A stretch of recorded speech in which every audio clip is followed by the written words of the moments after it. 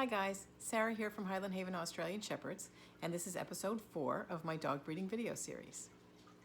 If you've been following along, you know that Meadow, my female, is in heat, and that I am getting ready to breed her to Ty, my stud dog. I had been planning on breeding them on Meadow's day 14, 15, and 16, like I said in previous videos. But this is a great example of dog breeding. You can make as many plans as you want, and the dogs do exactly what they want to do. So on Meadow's night 13, I got home from work a little early. The sun was still up, it was dry out, and I thought, let me put them out in the backyard, just the two of them, and see where Meadow is on the receptiveness scale. So let's take a look at some of that footage of them running around outside flirting and sort of warming each other up. Keep a close eye out for flagging. Remember, we talked about her tail going from one side to the other. You're going to see her stop. You're going to see, as you see her, allow him to come around behind her and sniff and lick her, taste her, so to speak. And you'll see her flag, and then you'll see her run off and entice him to follow her. When he tries to mount her, she does turn around and tell him to get off. She's not ready yet. She wants more courting. So let's take a look at that.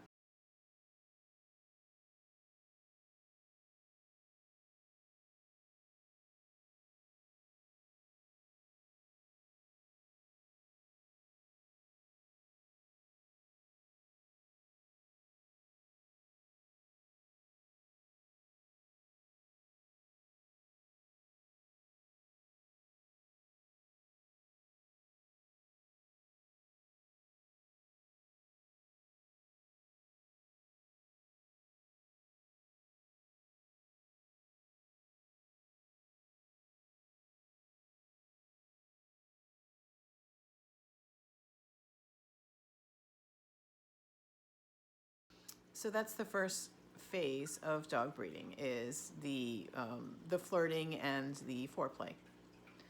The second phase would be actual intercourse, the mounting. So what I normally do is, when I think that Meadow is ready to stand still, I will stand over top of her. I will usually have somebody in the front of Meadow facing her, holding either side of her collar to try to keep her steady and facing forward. I will be standing over top of her, facing her hindquarters and lacing my hands underneath her abdomen.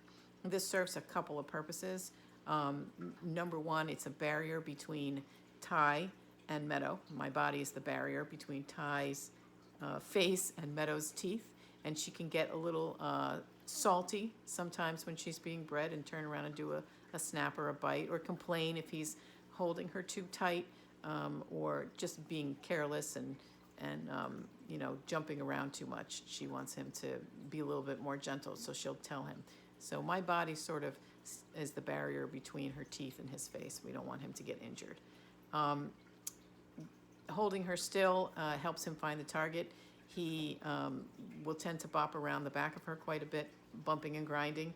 The stiller I can keep that target, the easier it is for him to find it and take care of business. And finally, the holding of her abdomen helps to support her, because he outweighs her by about 25 pounds. And I don't want her to tire or stress her back, strain her back while he's on top of her. So that's basically how I hold them still during breeding. So the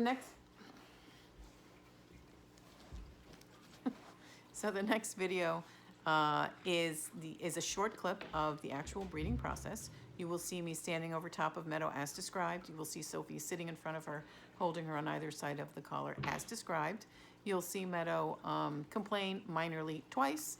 The second time is when he actually penetrates her. It's pretty typical for them to have a vocal reaction at that point.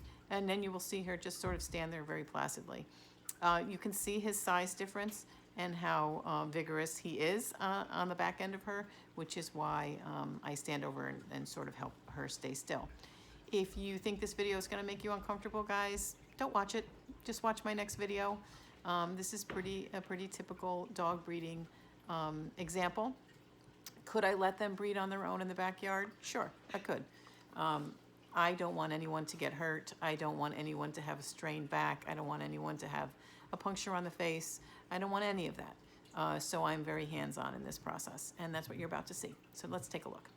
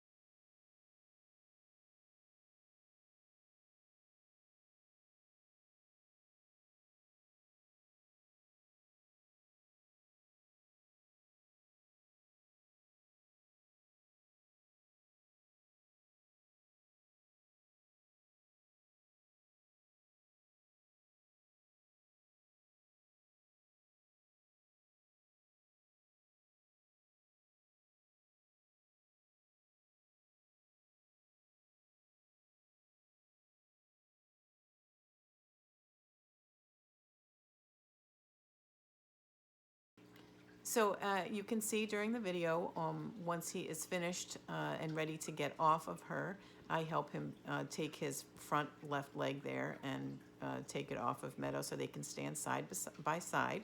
And now they are in what is called the mating tie or the mating knot. For those of you who don't know, there is a gland at the base of the dog penis, and once he penetrates the female, it swells and prevents him from exiting her. So they are essentially tied together.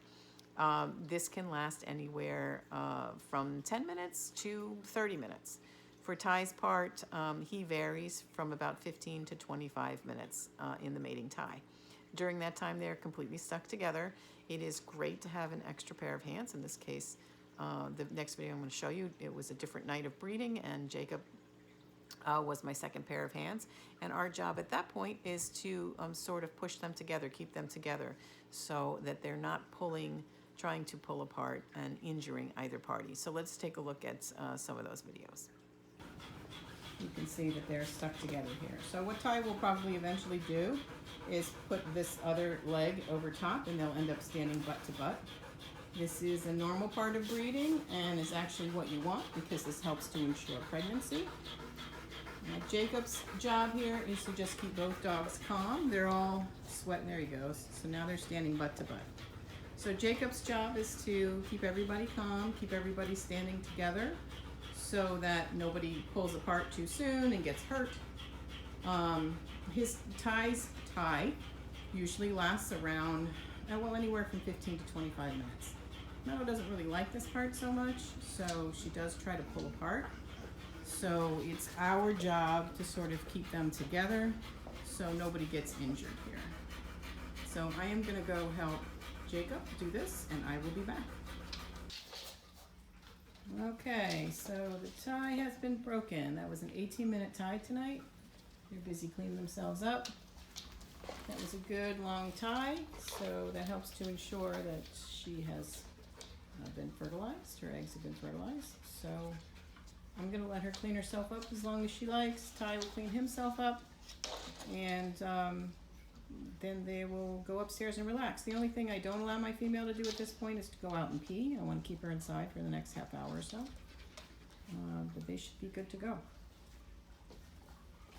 So that's the entire process, guys, from start to finish. It's not exactly wine, roses, and Luther Vandross. It is a completely instinct-driven biological behavior, but they get the job done. So the next step is to start talking about gestation. I am pretty confident that Meadow is pregnant. We did breed her 3 times over the span of about 5 days. Again, a little different than my original plan, but with dog breeding, you definitely have to listen to your dogs and do what is best for them. So join me for my next video, and we'll start talking about puppies. If you guys are liking this video series, please like, comment, follow, share, all that good stuff. I'll see you next time. Bye.